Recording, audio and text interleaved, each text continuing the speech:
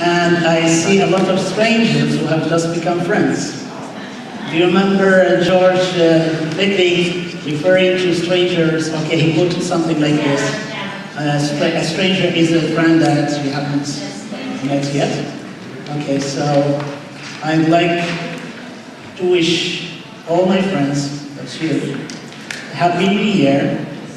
May you have a strong foundation when the winds of change shift, and may you be forever. Right, I'd like to start with this positive note. Okay. Yeah, sure. Okay, did you like the presentation of yesterday? I mean the opening ceremony presentation? Yes. What did you like about it? Okay, anyway, I'm sure that people who attended that presentation, at least some of them, knew almost all the content that was shared. But what you liked is beyond the content. It's beyond ideas. What you liked is the 5 strategies I'm going to share with you today. So today we are going to talk about strategies to adapt textbooks, but you can use those strategies in presentation, you can use them in teaching, you can use them everywhere. So when he talks about aims, he made, he distinguished among 3 different types of aims. Wisdom, victim. Do you remember what victim refers to? What I should teach on Monday. What I can teach on Monday. What about hikam? Okay. How I can develop on Monday. So today my aim is twofold. Partly it is victim and partly hikam. Okay, the 5 strategies I'm going to share with you today are things that you can start practicing once you go back immediately. While hikam is, the whole thing, I mean the approach I'm adopting, the framework I'm going to share with you.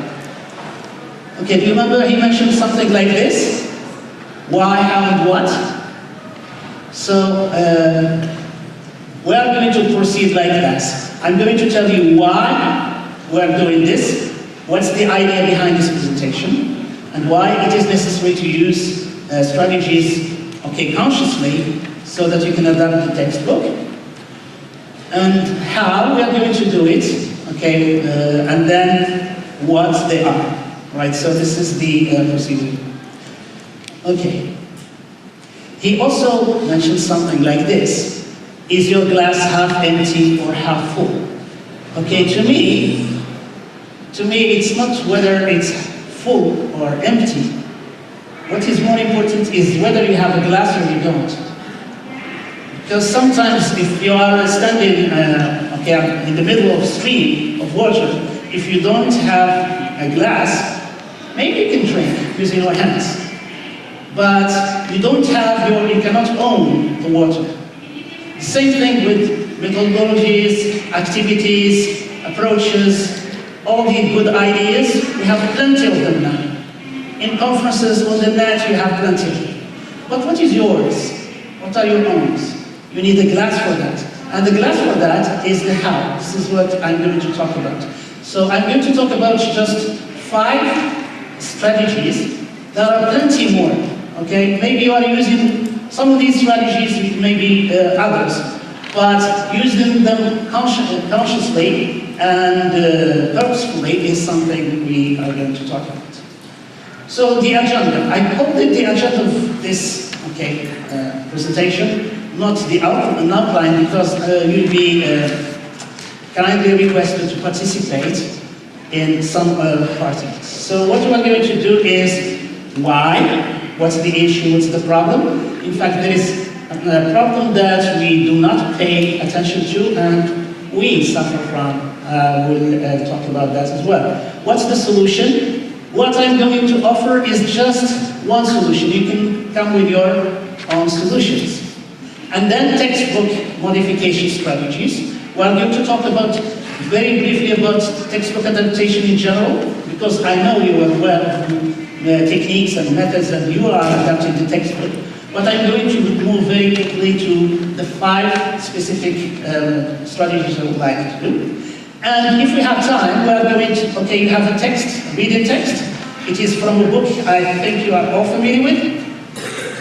It's Interchange, book 1, right? So we're going to try and see if we can apply some of these strategies. Okay, so the why of it. Why these strategies, why this approach?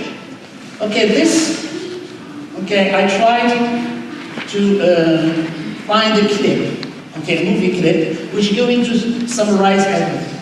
So I am going to invite you to see or view the clip, and then, okay, it's not very long, but it's okay, somewhat long, it's 3 minutes, but in these 3 minutes you have time to reflect and come with answers, because after you see the clip, I'm going to invite you to share with someone, okay, your own ideas. So you are going to see it with a previewing question, which is, how is your job as a teacher reflected in this clip?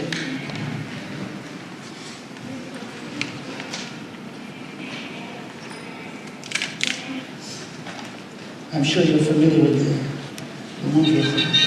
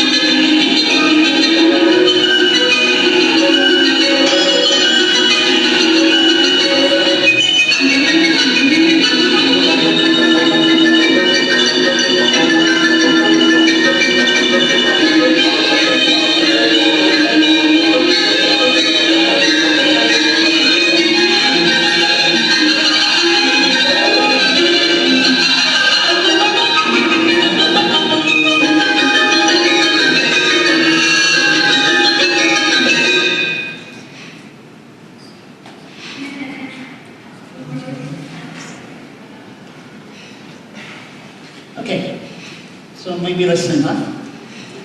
Okay, you think about the question. Will you please talk to the person next to you, okay, and try to compare our situation as teachers and factory workers like a child.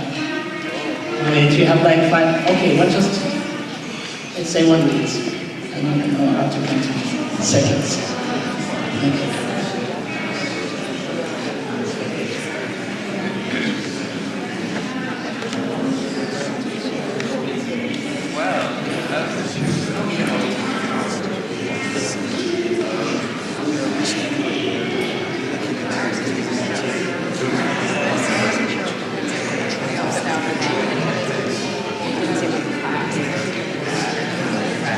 Did he get away with something funny?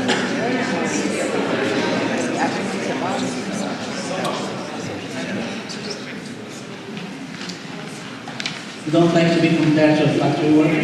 This was a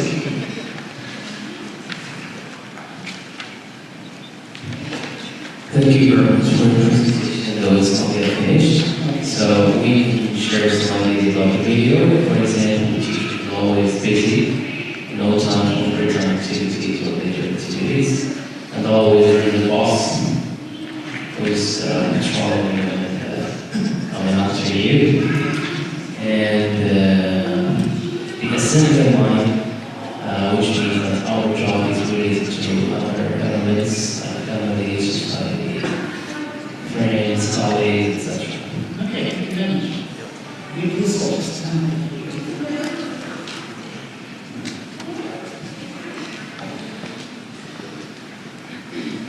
I was just seeing questions, and you only have an hour to teach the class, and so you're like trying to stay on schedule, but he keeps like, you know, wanting to go into discussions about grammar and exactly how it's supposed to go. The video is that the teacher is always working under pressure because he has to finish the syllabus of the program and so on. Okay, and he doesn't have any say on what he's doing. He just following the instructions given in the textbook and so on. Follows the instructions sometimes to stay.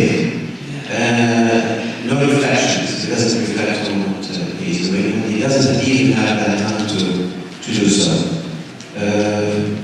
No time for socializing and for having fun. Yeah, that's true. Mr. Kerkri for this very insightful, let's call it breaking the ice. Yeah, I like the video.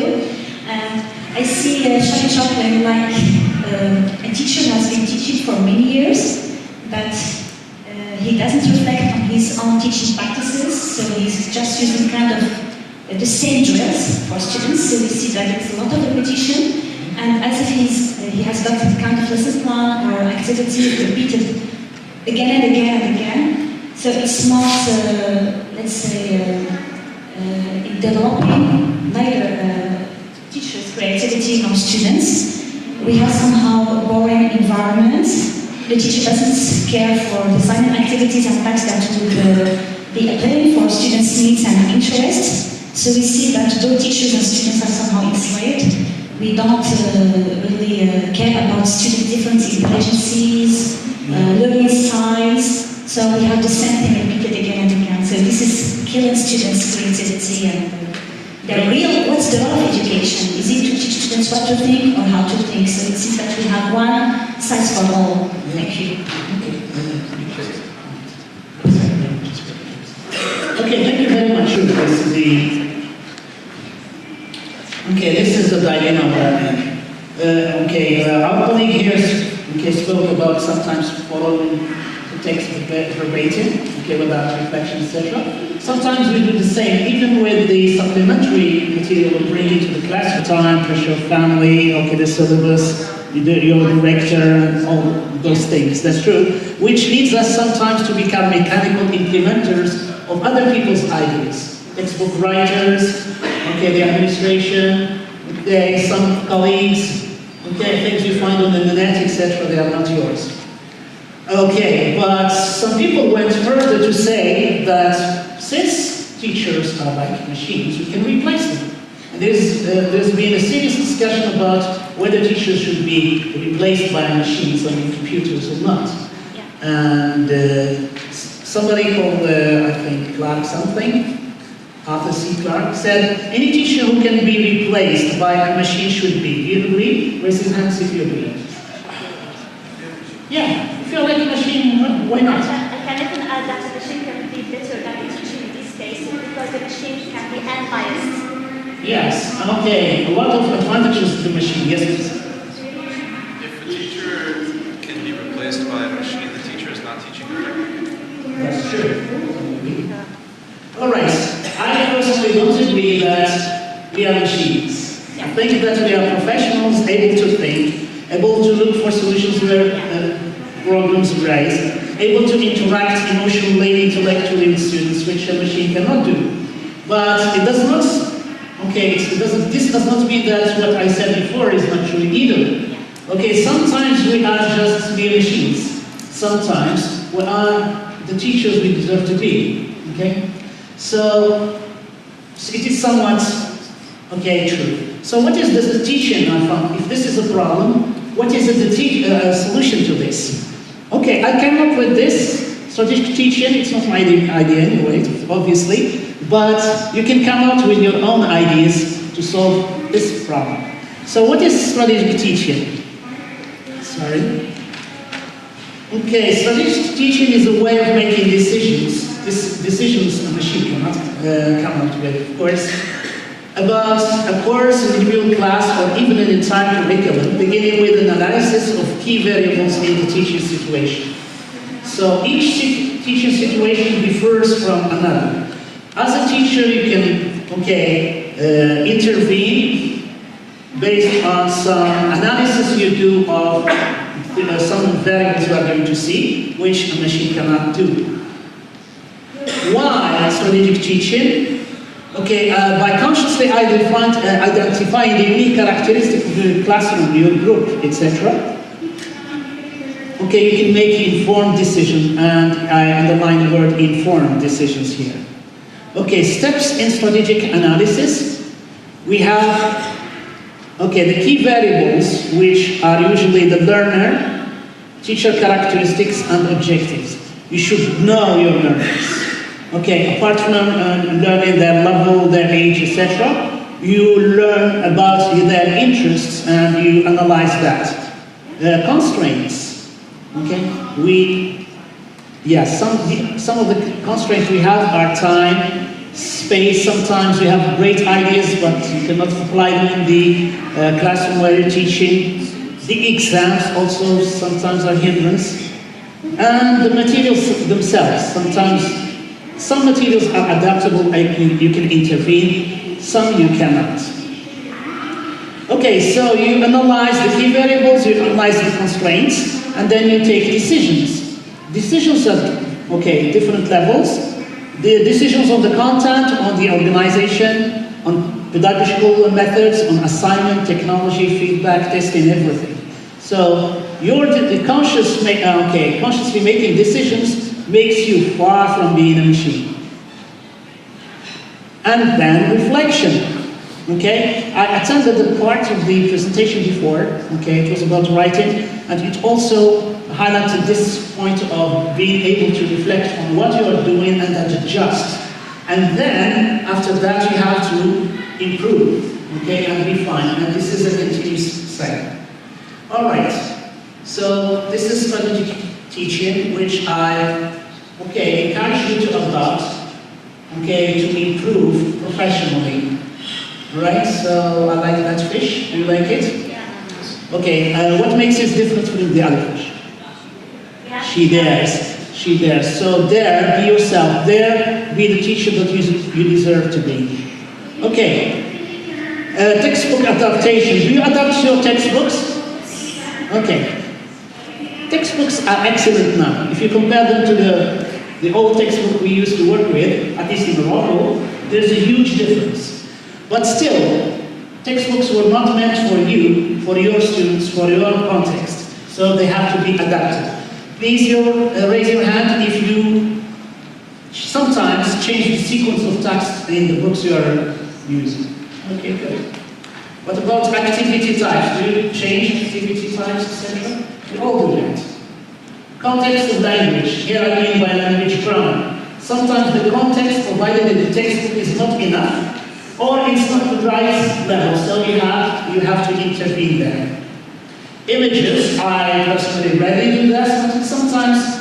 okay, they are not appropriate sometimes. I don't mean anything. It's not, okay, pedagogically appropriate for students. This is what I mean. Texts, I do change text from time to time. You do that? Of course. Examples, focus. So there is, okay, we all adapt. Okay, there is nothing new in that. Now, how we adapt? Do you add material to the textbook? We do, all of them. Do you sometimes delete? These are the common, okay, methods and techniques of textbook adaptation. I know that you know all of them, okay? By the way, if we have time, we can ask questions and we can go back and talk about them. Okay, what is important for me is modifying. Modifying gives you a chance to be a teacher with a capital T.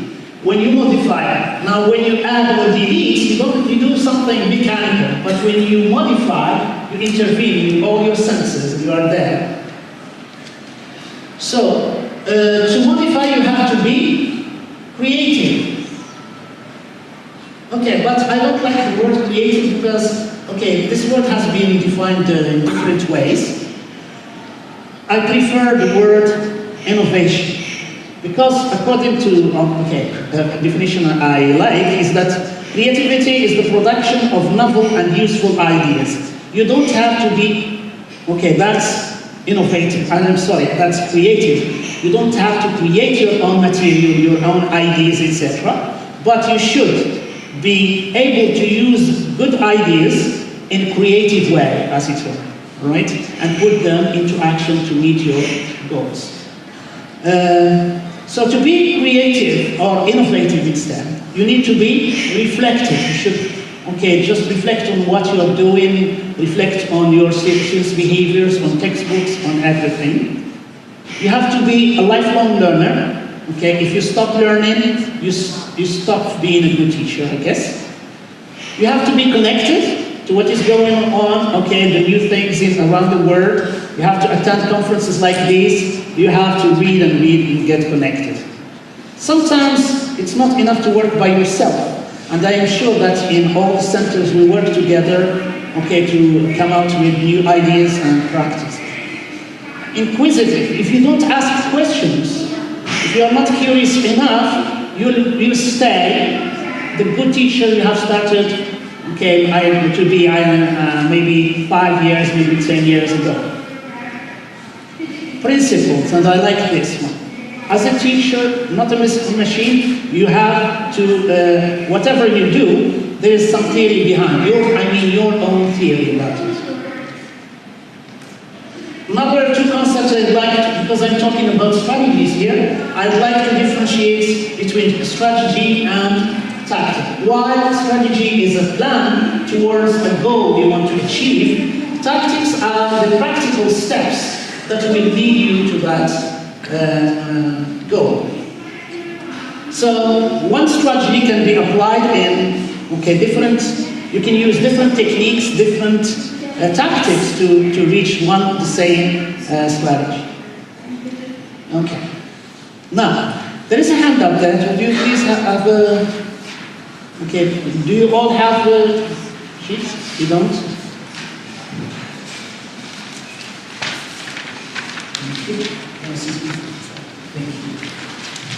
Students' goals or learnings.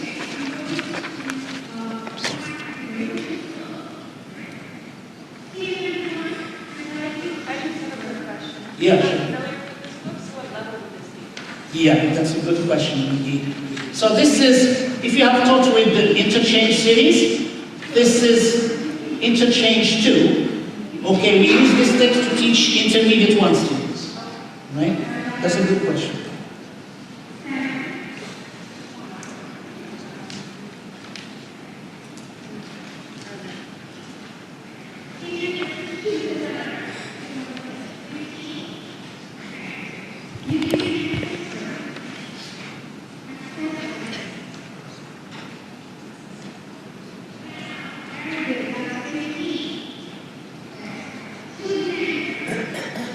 You don't have to read the text, look at the instructions, and just imagine how you are going to adapt it.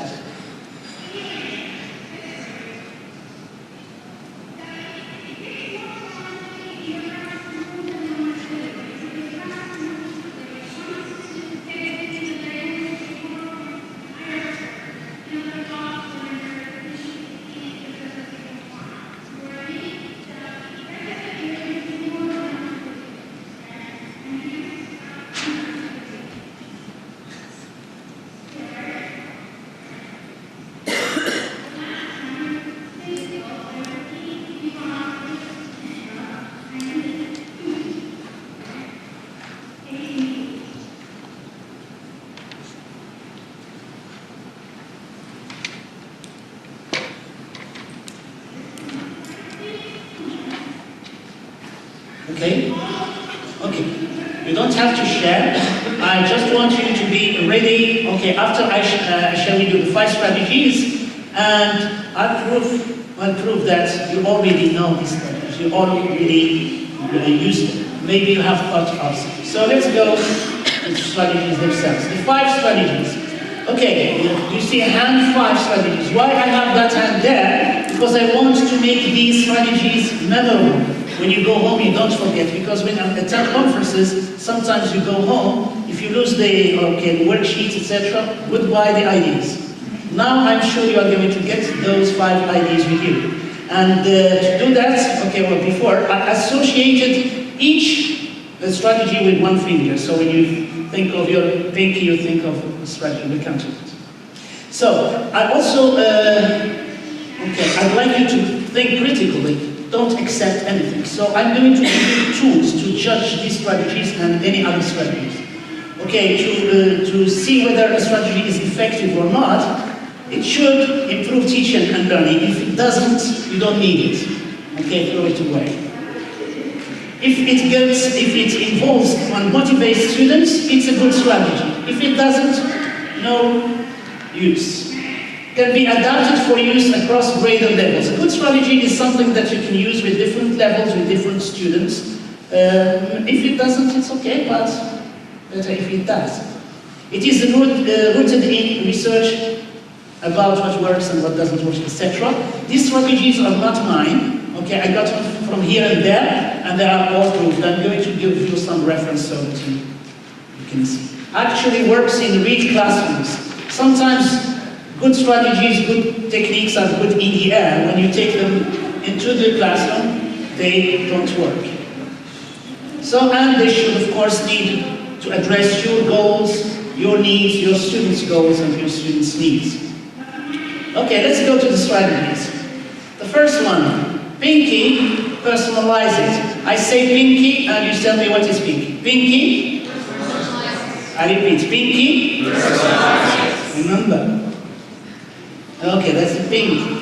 So, do you like, you said that you liked the opening presentation.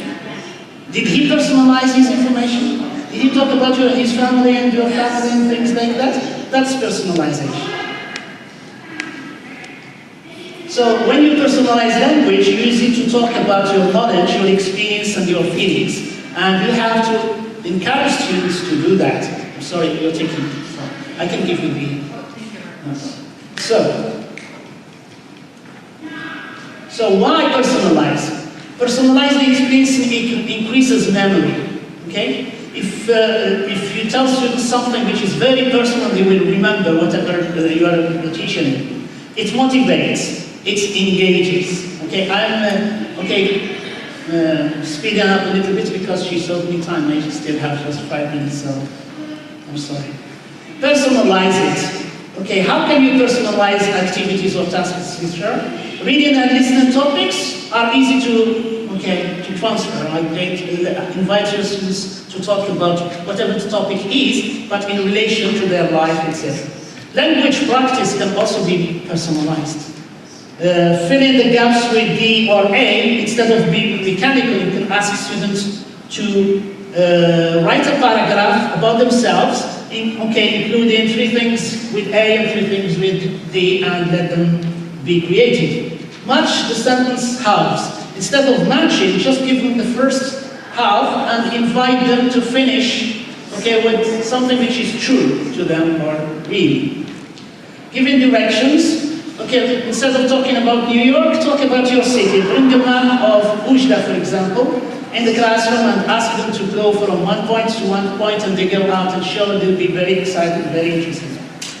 Show and tell activity. This is something you're familiar with. It's just ask them to bring something from home, something dear to them, and they show it and speak about it. It's also... Take your own photograph instead of pictures. Just introduce the unity in the book and ask them to go out and bring photos that would reflect the topic there. These are just some tactics or ideas. You can come out with your own. Now it's the second thing. Ring finger. What's pinky? What's ring finger?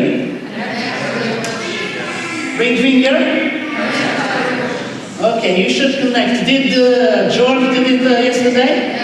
Yeah, he told us about the death of his dad, etc. And you were about to cry because you were, okay, you remembered your mom or I don't know who. Okay. Students don't care how much you know until they know how much you care. So, okay, first thing you should start by connecting with the students emotionally and then use that in your teaching. If you are not joyful, you're not going to inspire anybody to be joyful. Is that true? If you are happy, students will be happy. If you are sad, students will be sad. If you are joyful, you learn. If you're not joyful, okay, you learn, but slowly. Yeah. Okay, connect to their emotions. Okay, the benefits, total attention. Students are engaged. Deep learning takes place. And feeling, okay, you have the reference here, Mark Helgensen. Okay, they feel good. There is scientific proof of that, but there is no need. So how to add emotion to activities, turn activities into a game. Okay, you have experienced games and students are very happy playing that. And that's, okay, teaching the same thing, turning it into a game makes a huge difference. Revisit emotional experience, like ask students, for example, to write about something sad, okay, that happened to them last year, and see the writing. It will be much better than the writing you ask about any other thing. Okay? Make topics emotional rousing, okay? You can adapt that. Alright, so, Pinky? Okay. Ring finger, connect, finger. What's that? Middle finger. Middle finger? I repeat, middle finger? Okay, don't forget to challenge your students. Challenge is important for students because it forces them to grow. You cannot do anything meaningful without challenge. A lot of speakers this morning spoke about that concept of challenge. It's very helpful. Learners need the positive stress of challenge that we can be successful in. So, challenge if it is, okay, if students are not challenged enough, if it's very low, students will be disengaged. If it is too high, okay, they are going to forget about it, they give up. Alright, they are going to be stressed about it. If it is the right challenge and there's +1, it's a good positive challenge. So you have to balance between challenge and frustration. Okay, challenge them through games, vocabulary games, listening. Okay, listening, adding to, for example, in a listening task in the book, you can add 1 or 2 questions of your own. That would be a little bit more challenging. Reading, rewrite a part of the text, you can do that. Conversation, try to have a conversation on the same topic without looking at the book. Even for beginners, they go through the conversation, and then you stop that, and you ask them to talk, introduce yourself, or whatever the conversation is about. What's that? That's the index, but what's the pinky? Okay, ring finger. Middle finger? Sounds good. Okay, make them choose, choice. Choice. Okay, when we were having lunch, we were talking about how great the food is, but we realized that it was not good. It's something that we have at home. But it is the choice, okay, the variety of choice that makes it interesting. The same thing with the activities or whatever. Give your students choice, and then, they perform very, very well. Okay, when choices are offered, students engage in deeper, richer learning. Students display more on-task behavior. The learning environment becomes more collaborative. Teaching is more fun. Sorry. Some people are going to want to take it forward. All right, do you agree with these? Okay, these are, research, proofs how you can just read on the topic if you're not convinced, but I think that is true. So choice of task. You can ask them to do this task or this task. And you have students, like a group of students doing something, while others, especially with advanced students, they like that. A lot of them don't like some activities in the textbook, and sometimes they suggest activities that you can adopt. Choice of how to do it, and sometimes students come with a brilliant idea. You want to do something, and say, hey teacher, could we do it this way? Especially young adults and teenagers. Choice of content. Awesome. I tried this with advanced students, and usually when they choose what they want to study, okay, just watch them. Okay, you don't have to teach them at all. Okay, pink. First one. Ring finger. Middle finger. Give them choice. Thumb. Use the senses. Okay, did George use the senses? Of course. Okay, he used all the senses. I don't want to go back to what he said. Okay, so why use the sentence? Okay, or multi-sensory input? Because students are different, and you know about different styles and different. Okay, so if you use the sentence, you cater for all the different students you have. So use the sentences to reach all the learners, as I said. Okay, this is something said about if, for example, 20% of what students learn, they learn it through their ears, then what about if you mix? Okay, if an activity, they see something, they move around, they interact, etc., they are going to learn much better. Okay, find someone who is an activity that you all use. Okay, it involves more than one sense. Pronunciation. I came across an exercise where, okay, for beginners, pronunciation is just you saying like a sentence and then repeating it, or listening and repeating. What about repeating without words? Like, I love couscous. Could you repeat that? I love couscous. Again? Now can you repeat it without sound, just with your lips? When students do that, they're aware of the articulation, where they're going to do, how they're going to move their tongue, their lips, etc. So it helps them better pronounce. So I think that you can use all the senses there. Oh, sorry. I don't think it. Moving dialogue. You use moving dialogue? You know moving dialogue in a conversation or something? Or any activities where we have two rows and students just speak with a person and then move to speak with another person, etc. Okay, they move around. Some people like to move around. They speak, they see, they use all the sentences. Add movement. Okay, telling the time. Okay, sometimes teaching the time. You can invite students to stand up and you tell them, for example, 3 o'clock, and then you show them which is the hands, and then you have them move, they like it, and they are moving around, and you are putting more senses to that. You can come with a lot of... What I'm trying to share here is that the glass I told you about, the water in the glass, okay, just have your glass. Whatever activities you have, add them to the glass.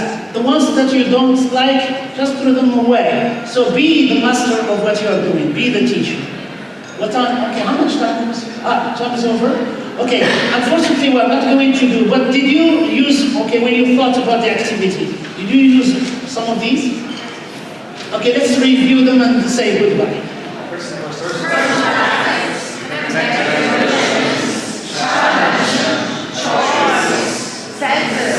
Okay, you go home like this. Thank you very much.